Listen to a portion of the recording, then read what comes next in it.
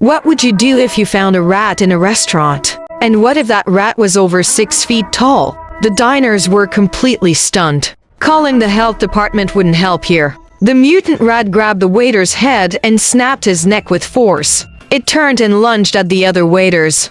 An old woman was so disgusted she threw up her meal. The giant rat went on a rampage, leaving the restaurant in chaos. What's scarier? 185 rats, or one rat that's 1.85 meters tall? I'm sure everyone in the restaurant knew the answer. In broad daylight. Where did such a giant rat come from? The problem originated with a man named Peter. For some unknown reason, he was obsessed with researching a new drug and experimented on rats. This caused his test subjects to grow larger and larger. One day, Peter went to his lab after a meal. He found that a rat had escaped from its cage. He cautiously took out his gun. When he turned, he saw the giant rat. Peter didn't want to hurt it. He put his gun away and tried to calm the giant rat. But this was no small pet.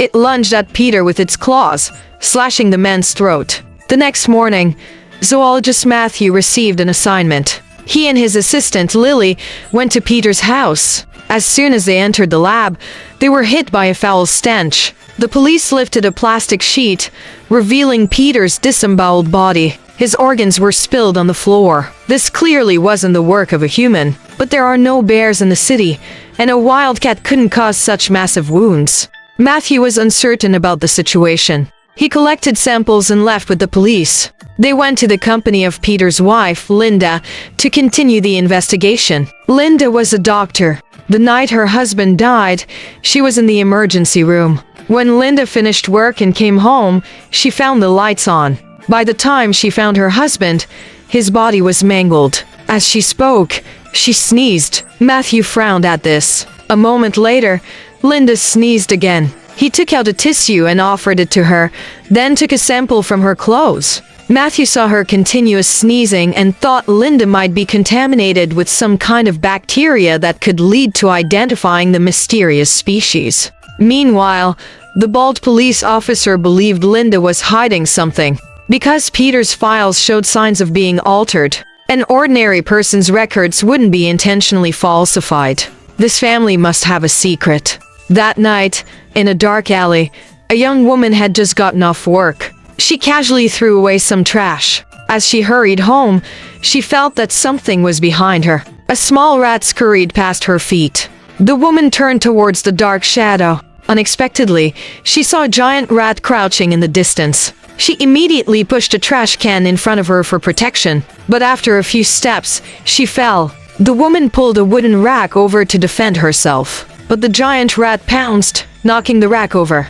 It killed the woman with its sharp claws. Another unlucky victim had fallen. Meanwhile, Matthew received a phone call. It was from Linda. She invited him over to her house. As soon as Matthew arrived, he was taken to the lab. Linda thought the things in here might help with the investigation. Matthew was puzzled by this. Why come to me and not the police? Linda said frankly that she could feel the two officers from that day suspected her of being involved. That's why she contacted Matthew. She said Peter used to work for a pharmaceutical company. After being fired, he didn't give up his research. He had enough savings to not work for several years, so Linda never interfered with her husband. Hearing this, Matthew began observing the test tubes on the table, wanting to see what Peter was researching. On the table were bottles of growth hormone and androstenedione, and even a bottle of a radioactive uranium isotope. This looked like a genetic experiment. Linda said her husband did indeed test on rats and rabbits.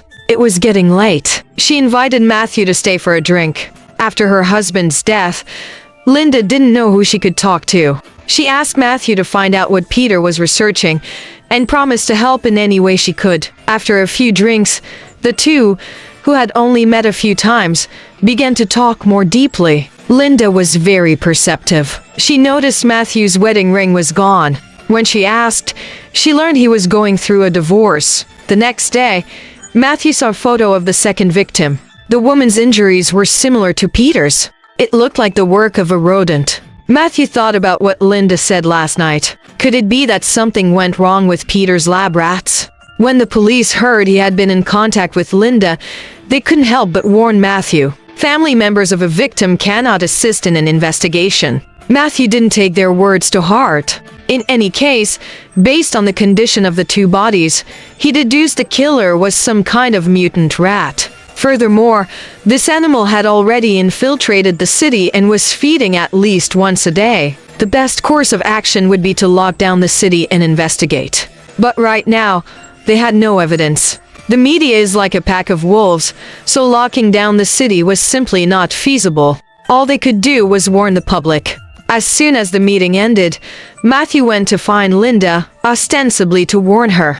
But his assistant, Lily, thought her boss had a crush on Linda. Matthew flatly denied it and pushed the door open, only to find she wasn't home. He made a call and found out Linda had been called to the police station for questioning. Matthew had a vague feeling someone was on the second floor. He cautiously went upstairs, drawing his gun from his pocket. Just as Matthew entered the bedroom, the giant rat pounced from behind, knocking the gun from his hand. Matthew grabbed a lamp and knocked the creature down, fleeing in a panic, but the giant rat scratched his back. Matthew immediately found the police to report it. Meanwhile, the samples from Linda's clothes and Peter's body came back from the lab. They indeed found rat hair. The question was, why did the rat return to Peter's house? Could it be using the place as its lair? And when it wasn't there, where did it go to hunt for food? Although it was a mutant rat, its basic instincts wouldn't have changed. Sewers, dark alleys, garbage dumps, kitchens. Wherever there's food, there are rats. The top priority was to set a trap, catch it, and study it to find out the purpose of Peter's experiment. The bald officer wanted to have a talk with Matthew. He hoped Matthew wouldn't get too close to Linda and would focus on the case, assisting the police to capture the giant rat. Matthew had to agree. Just as the police left, Linda came looking for him. She said she was too scared to be home alone, afraid the rat would suddenly attack. Hearing this, Matthew took her to his home. The two got along well, because Linda was a doctor, and Matthew was in charge of drug R&D to control animal viruses. They had a lot in common. After talking for a while, Linda prepared to go back to her hotel. Matthew, remembering the officer's warning, didn't ask her to stay. Meanwhile, in a repair shop somewhere in the city, the third victim appeared. June was helping a customer fix a car, but he kept hearing a strange noise. He looked around, puzzled, but saw nothing unusual, just as he was about to get back to work. At that moment, Mary in the office was getting impatient. She went out irritably to look for him. Suddenly, her foot slipped and she fell to the ground. She looked up and saw the giant rat gnawing on someone. She quickly scrambled up and ran, but the rat wouldn't let a meal delivered to its doorstep get away. It chased after the woman and pounced on her. Mary picked up a hammer and struck at it, but the rat bit off her right hand. The next day, Matthew received the news. This time, 2 people had died at once. Matthew warned the police to issue a notice immediately, but they didn't want to cause public panic and staunchly refused to publicize the matter of the mutant rat. Not only that, they also told Matthew to withdraw. The case would be taken over by the FBI. Of course, our hero wouldn't just give up. He went to discuss it with Linda. They decided to lie in wait for their prey. The next day, they returned to Linda's house. Before the operation began, Lily arrived. She told him not to rush and to turn on the TV. In a restaurant, the bald officer and his wife were out for dinner, celebrating their wedding anniversary. In the back kitchen, a young cook was clearing food scraps. Suddenly, a few drops of slime fell on her hand. She looked up and saw a giant mutant rat crouching in front of her. The girl rushed out for help, but her male colleague had headphones on and couldn't hear. The woman and the rat struggled in the kitchen. Just then, the male colleague turned his head. Before his eyes could even focus, the rat lunged and killed him. Blood splattered all over the young woman's face. She scrambled and crawled out into the main dining area. The mutant rat walked out. It grabbed the woman's face with both hands and killed her on the spot. Everyone else was scared stiff, completely unsure of how to react. The rat then pounced on another waiter. This woman was clearly a trained fighter. She wasn't killed instantly and even managed to fight back for a few rounds.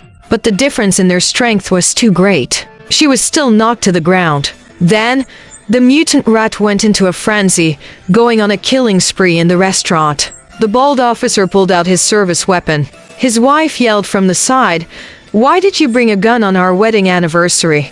The officer had no time to explain and told her to leave quickly. He raised his gun and fired, but the creature's physique was unnaturally strong. The officer was quickly killed by the rat. Matthew saw the tragedy on television. He was developing a drug to counter the rat. Time was extremely tight, because no one knew if the rat could reproduce. They had to catch it as soon as possible to end this. Lily also stayed to help. The rat hadn't appeared for the moment. She went upstairs to rest, while Linda offered to change Matthew's bandages. The scratches on his back were shocking. Linda applied medicine to Matthew's wounds with concern. The two, both with failed marriages, found solace in each other. Matthew curled up on the sofa and fell asleep. Just then, the police knocked on the door. The story of the monster had already hit the news. They couldn't find a solution, so they had to come back and ask for Matthew's help. Soon, the sound of the mutant rat came from the distance. The creature had actually returned. Everyone gathered in the kitchen to distribute weapons. Matthew went out to lure the rat into the house. Then they would use gas to knock it out.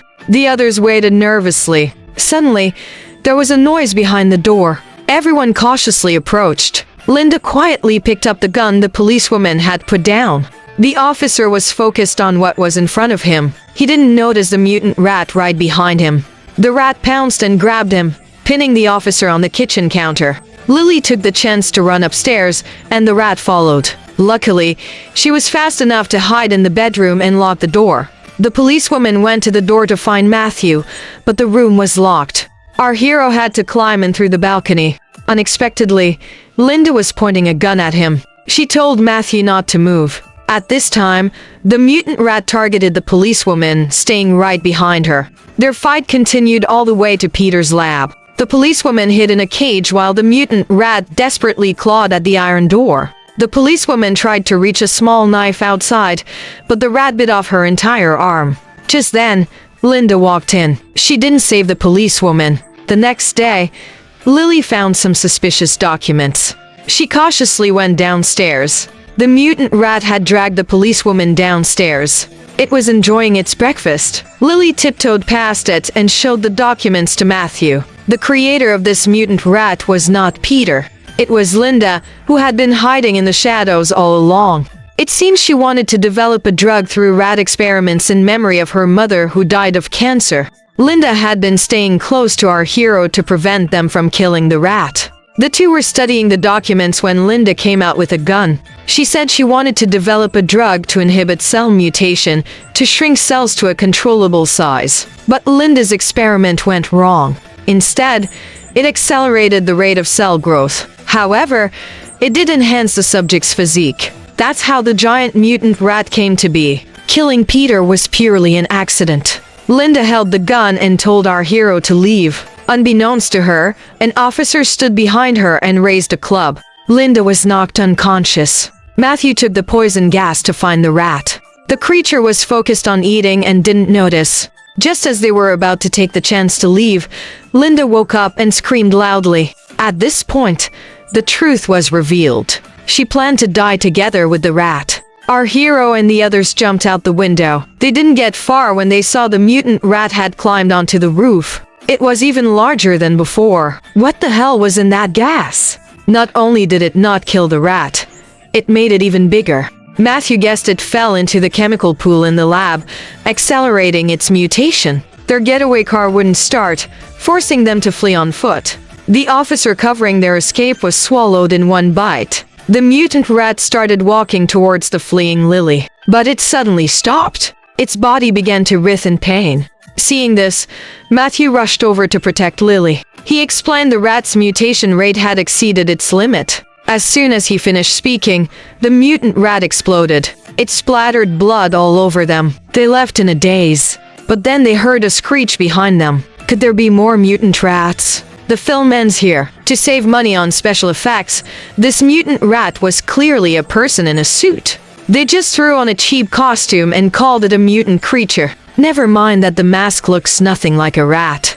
Every scene of it eating people is cringeworthy enough to make your skin crawl. Because the mask's mouth can't open or close, the guy playing the rat just shakes his head above the corpse. His mouth isn't even open. The fake eating is just too much to accept.